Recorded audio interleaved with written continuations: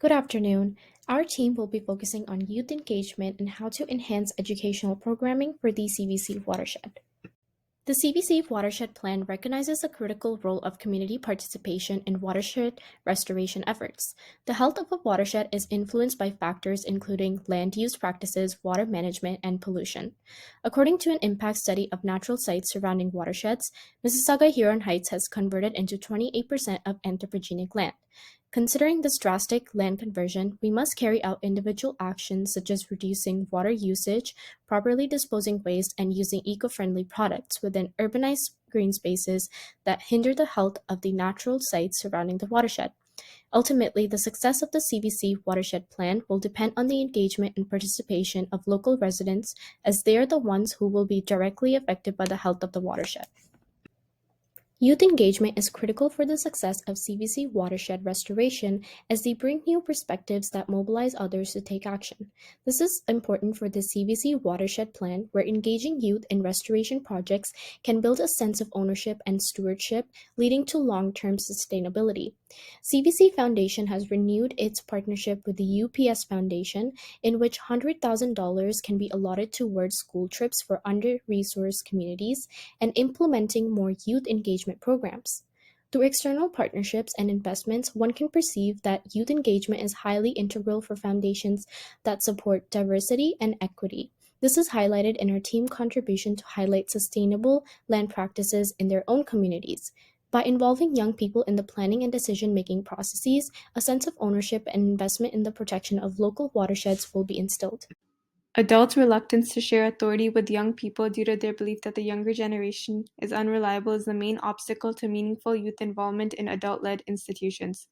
Young people's abilities to make a difference is limited by their lack of interest, self-doubt, and insufficient skills or finances to carry out their ideas effectively. Young individuals, especially marginalized indigenous populations, are often ignored, which is linked to intergenerational trauma resulting from colonialism. Research shows that many young people aged 15 to 24 are not involved in public affairs, and those who are active participants may not be representative of the broader community's demographics. Additionally, young people are not equally involved in climate change policies, and there's a gap between education and practical implementation at local and national levels. Educating them is crucial to build a foundation for meaningful involvement in reducing local temperatures and greenhouse gas emissions. Providing young people with knowledge and skills can empower them to act on climate change as they grow up. This will ensure that the future generation can reduce the rate of warming conditions in the CVC watershed, leading to lower stream temperatures, fewer diseased trees, and more northern species. A study in Thailand found that insufficient climate change education resulted in young people having limited knowledge and interest in environmental issues. Finally, it's important to create a supportive environment involving parents, educators, the community, government, and media to help young people reach their full potential. Engaging with the youth that reside in the Credit Valley watershed is extremely valuable to this project. Youth individuals are potential advocates of restoration issues of natural areas. Looking at the degree to which environmental pressures are inducing negative effects on human populations, the task of caring for the watershed and finding ways to be more sustainable will eventually fall into these youths within upcoming generations. Instilling the value of restoration and being involved in restoration practices at a young age will help youth, including Indigenous youth, to reconnect with nature through cultural continuity, while simultaneously allowing them to care about the environment. Furthermore, youth engagement is in line with nature-based solutions such as place regeneration that allows youth to have a sense of stewardship over the watershed.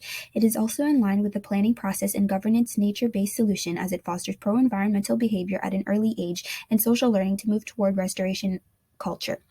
Youth engagement also connects to the CVC watershed goals of providing outreach and education on the environment, developing skills, building awareness, and allowing youth residents to participate in conserving watershed health within our communities. Here are the 2016 census data retrieved from Statistics Canada of the cities covered by the watershed with the most youth, Mississauga and Brampton, and least youths, Erin and Caledon, between ages 4 to 19, as this data was from 2016. Based on a census data report of the watershed, it was concluded that the population as a whole is aging. Thus, it is imperative more than ever to ensure the decreasing number of youth are environmentally aware to prepare for the future. It was also found that there are more youths located in the lower watershed area, likely because of better access to services like schools. The school districts that cover these areas in the watershed are Dufferin-Peel, Peel District, Upper Grand, and Halton Region. As an example, here is a map of secondary and French immersion schools located in Peel region. Thus, with the information retrieved from census data, we can see which areas of the watershed are more concentrated with schools and youth, the lower watershed, specifically Mississauga and Brampton. Therefore, while we want to reach out and implement our programs in all areas of the watershed, as all communities in the watershed are valuable, this data will inform us on where to focus our efforts to ensure our programs are accessible to as many youths as possible. From our initial proposal, we have deviated away from some of the deliverables and focused on more specific educational programming, such as the online modules, which covers topics such as water quality and sustainability, as well as collaborating with academic societies and implementing the Credit Valley Watershed Youth Adventures program. Our first program is called the Credit Valley Watershed Youth Adventures, and the goal of this program is to engage more youth in the Credit Valley Watershed and areas with under-resourced Indigenous communities. We want to increase their awareness and appreciation of nature through fun and hands-on outdoor activities. The program focuses on promoting mental and physical, spiritual, and emotional health by incorporating fun and active hands-on outdoor activities such as hiking, paddling, cross-country skiing, and snowshoeing. In addition, Indigenous cultural practices such as storytelling, language, and legends will be incorporated into the program to provide deeper understanding of Indigenous history and culture of the Credit Valley Watershed. Teachers are going to be able to customize the program beforehand to align with their curriculum needs for their classroom, and partnerships will occur between local First Nation and the band-operated schools to offer programs tailored towards First Nation youth, including talking circles, greetings, smudges, and other activities. In previous grassroots organization work with CVC and EcoSpark, 40 grade 9 and 10 students took on experiential stewardship roles in their school, which is similar to our hands-on activities approach within green spaces. However, we are targeting higher age groups to ensure long-term sustainability and explore partnerships with local government agencies and community organizations to secure resources and support. Currently, the CVC has a CVC Conservation Youth Corps program that engages youth aged 15 to 24 in hands-on conservation work such as tree planting, invasive species removal, and trail maintenance. Unlike the CVWYA program, the focus of this program is on conservation work rather than outdoor recreation and environmental education. Our team aims to develop a set of online modules using platforms like ArcGIS to cover topics such as water conservation and sustainability, which will be easily adopted by youth between 14 and 15 years of age. The goal of the online module is to share knowledge within youth in the Credit Valley watershed area, as well as generate interest so that youth would want to expand their knowledge within such field in the future. Easy access. One of the most important factors within online modules is its access. It is important to create an easy access for teenagers of different age categories and the variety of educational institutes. With today's technology and learning experience during the recent pandemic, such implementation would be easy, since most of homework, assignments, projects were already assigned for students, and students are already familiar with it. Therefore, a folder with our online module page could be placed within online dashboard among every other class. Useful modules. Each module could contain information that would fit the individual's age category, knowledge, where it would be a continuation of already existing virtual classroom workshop provided by the Credit Valley Conservation. Currently, the program focuses on preschool and middle school students. Meanwhile, our goal is to add a variety of online engagement and curricula based for high school and undergrad audiences. The central part of those new modules would focus on maps and visual insight that could show the type of biodiversity that currently exists in those areas. The modules could conduct monitoring of endangered species, which can be done to protect those species and the overall local ecosystem. Encouragement to participate. Having an easy access to a variety of models is great, but students must be encouraged to go through all of it and not be forced. This means that the reward system needs to be implemented. Volunteer hours. Online modules can aim at providing an opportunity for the participants to gain more hands-on approach with technical GIS tools that can be used for analyzing impact reports around natural sites.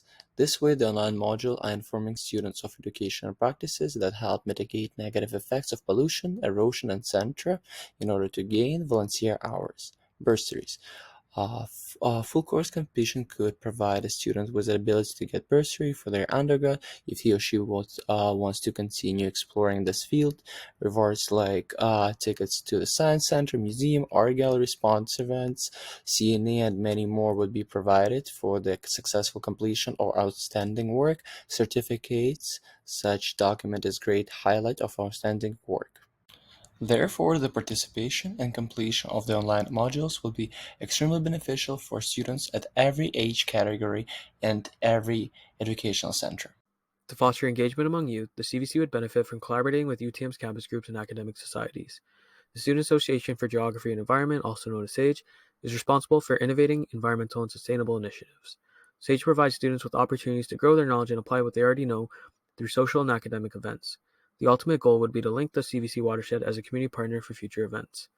Collaborating presents opportunities to actively participate in meaningful field research alongside the knowledgeable staff at the CVC.